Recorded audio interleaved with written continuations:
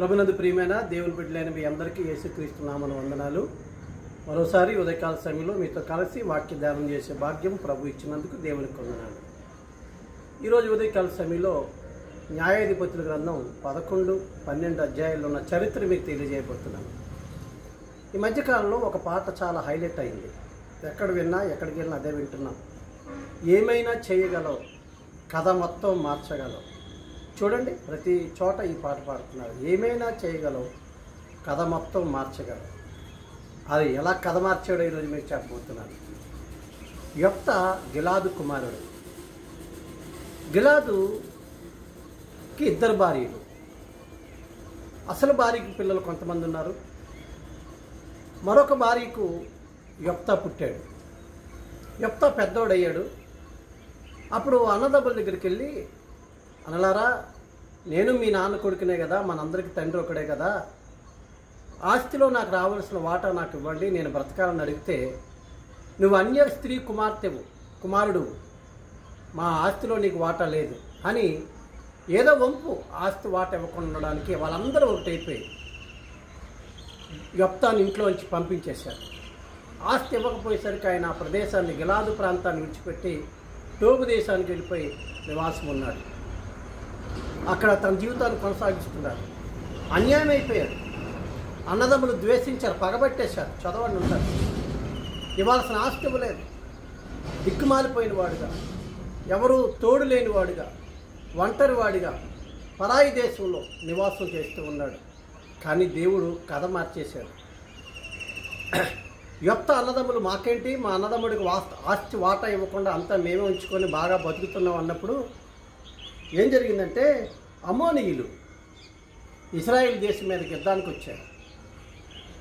అంతవరకు వారు యుద్ధానికి రాలే. అమ్మోనీయులకు బాధ ఉంది ఇశ్రాయేల్ మీద.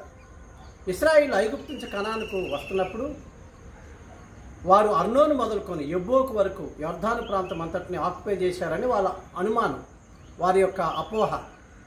అందుబట్టి ఎలాగైనా ఇశ్రాయేల్తో యుద్ధం చేయాలి అని వారు ఆశపడుతూ అమ్మోనీయులు ఇశ్రాయేల్ మీద యుద్ధానికి వస్తే, ఇశ్రాయేల్ యుద్ధం చేసే ఓపిక, శక్తి, బలము వారి దగ్గర లేదు. ఏం చేయాలి అర్థం కానప్పుడు వాళ్ళకి యొప్తా గుర్తొచ్చాడు.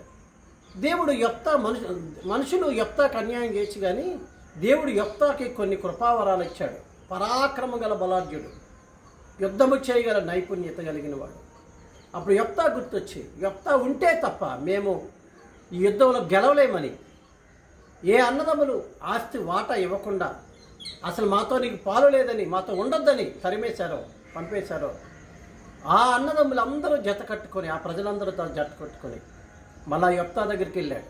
అప్పుడు యొప్తా అంటాడు, నా మీద పగబట్టారే, నన్ను మీతో ఉండకుండా చేసేసారే, మళ్ళా నా దగ్గరికి వచ్చారేంటి అని అడిగినప్పుడు యొప్తాతో అలా అంటారు, నాయనా కాదు, నువ్వు రావాలి, మా పక్షంగా యుద్ధం చేయాలి.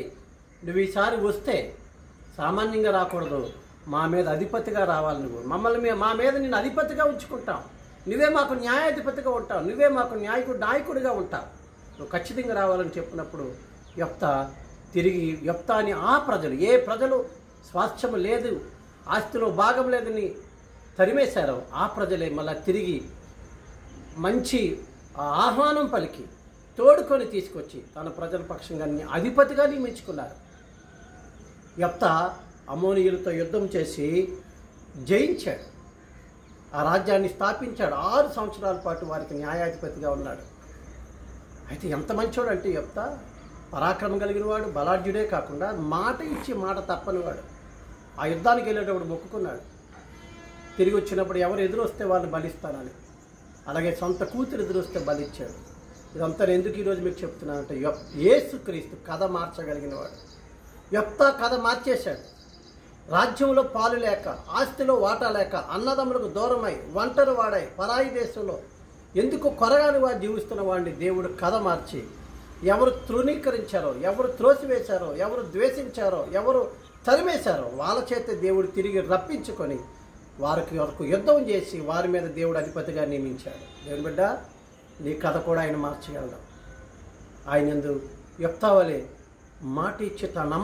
మాటిచ్చి తప్పక నమ్మకమైన బలమైన విశ్వాసంగా జీవిస్తే దేవుడు ఈ మాటల చేత మనందరినీ ఆదరించును గాక.